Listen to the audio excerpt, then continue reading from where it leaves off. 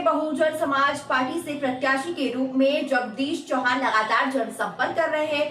गांव-गांव जाकर जनता से रूबरू होकर सिर्फ एक ही बात जनता को बता रहे हैं कि हो गई कांग्रेस बीजेपी, अब की बार बीएसपी को वोट दे। ऐसी अपील वे हर जगह जाकर कर रहे हैं। उनका कहना है कि मध्य प्रदेश में बीएसपी की सरकार बनेगी या फिर बिना बीएसपी के सरकार बनेगी ही नहीं। जगदीश चौहान काफी सक्रिय होकर आमजन से अंतर संपर्क कर रहे हैं। क्या नाम है? मेरा नाम जगदीश चौहान, वर्तमान में बहुजन समाज पार्टी के प्रत्याशी जो बेहती के आदेश से वजह से बनाए गए और पूर्व सरपंच मेरे ऊपर बेहती ने आशीर्वाद दिया है। उन्होंने सोच समझ कर किया है, क्योंकि उनको मालूम है कि इस भारत देश में संविधान खतरे में है और जातिवाद, भेदभाव, अन्याय, अत्याचार बड़े पैमाने पर चरम सीमा पर है। महिलाओं को घर में जाकर मारना, उनके साथ में बलात्कार करके भारतीय जनता पार्टी के शासनकाल में उनको जलाया जाता है, उनको नंगी घुमाया जाता है। नेमावर का जो कांड हुआ वो सबके सामने है। हमारे प्रदेश में आए दिन हत्याएं, बलात्कार और घोड़ी पर दूल्हे को रोकना, जुलूस नहीं निकलने देना, ऐसी जातिवादी मानसिकता वाली सरकार को हमें हटाना है कि हम अम्बेडकरवादी विचारधारा के हैं और अम्बेडकर विचारधारा भारत में ये कहती है कि सबको मानवता, समानता, स्वतंत्रता, अधिकार होना चाहिए। जितनी दिन की संख्या भारी, जितनी उनकी हिस्सेदारी होना चाहिए। हमें किसी बहुजन समाज पार्टी को किसी जाति और धर्म से हमें नफरत नहीं है, हमें इनके विचारधारा से नफरत है। जो मनुवादी विचारधारा के लोग हैं, जो आज भी पाखंडवाद देश में बड़े पैमाने पर फैल रहा है, उससे हमारा देश और हमारा प्रदेश गर्त में जा रहा है, जिससे हमारे भुखमरी, बेरोजगारी और ज़्यादा से ज़्यादा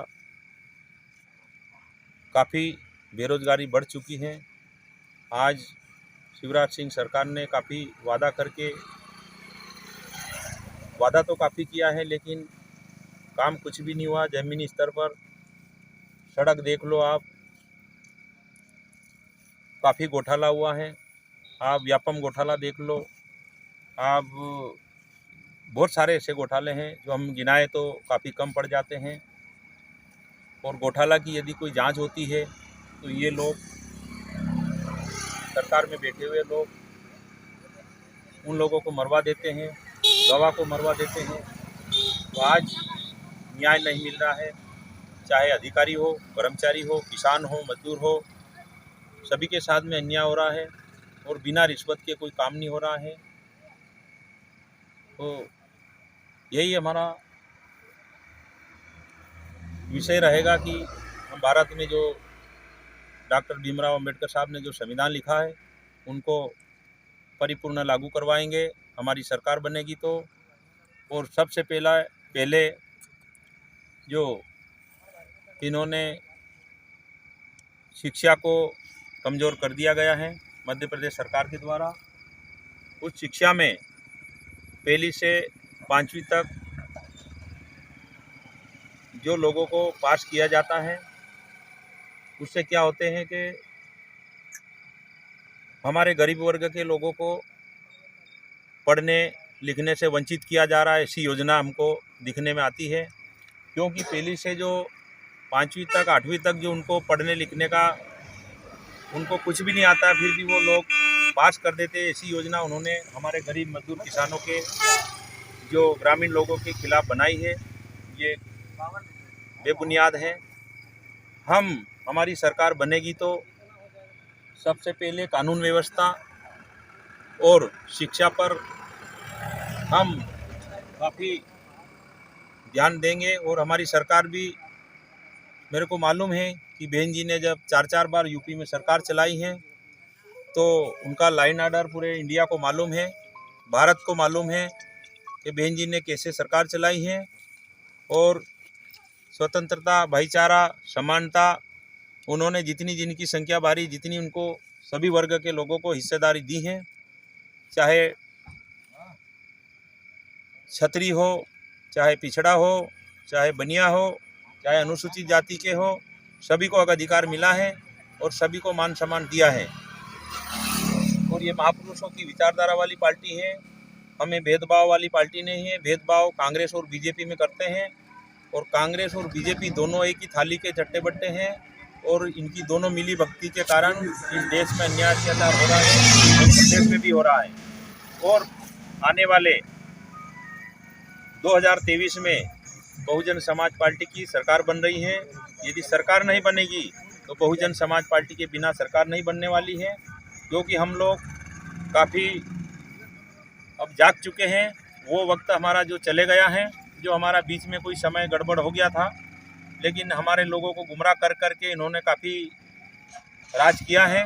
अब हम इनको सबक सिखाएंगे और हम भी सिखाएंगे, और जनता भी जाग चुकी है। ये दोनों एक ही लोग हैं, काफ़ी परेशान हैं, त्राही त्राही मची हुई है।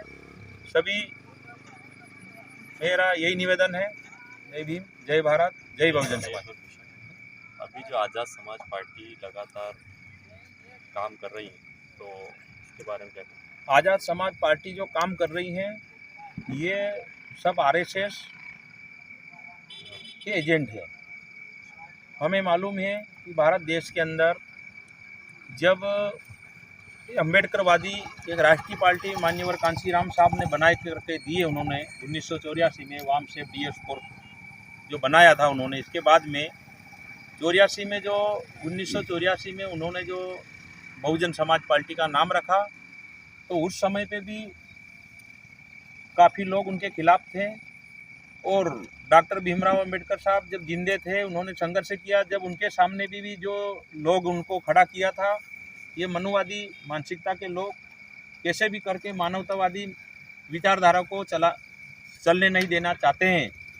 हम ये चाहते हैं कि आज़ाद समाज पार्टी को जो भी जिसने भी खड़ा किया है, वो हमारा ये मानना है कि किसी मनुवादी मानसिकता के लोगों ने उनको खड़ा किया है।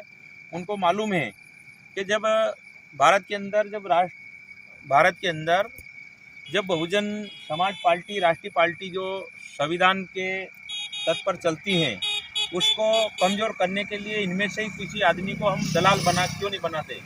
तो ऐसे तो जो संगठन आज से बनते आ रहे हैं, ये बाबा साहब अम्बेडकर साहब के ज़माने में ही बनते आ रहे हैं, समय से बनते आ रहे हैं। और मान्यवर कांशीराम साहब जो बहुजन समाज पार्टी के संपादक थे, उनके समय में भी ऐसा चलता आ रहा है। लेकिन हमें इनसे कोई फ़र्क नहीं पड़ने वाला है।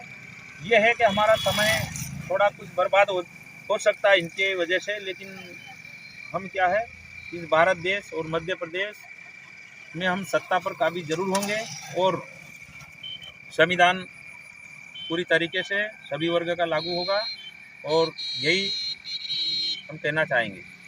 क्या आप चाहते हैं कि चंद्रशेखर और मायावती एक मंच आए? जी, हम तो ये चाहते हैं कि यदि चंद्रशेखर आज़ाद जी और बहन मायावती जी, ये एक, हम तो चाहते हैं कि एक हो जाएं, लेकिन उनको कुछ लोग उनको ऐसे लगे हैं कि आपको क्या चाहिए, हम आपके साथ में खड़े हैं।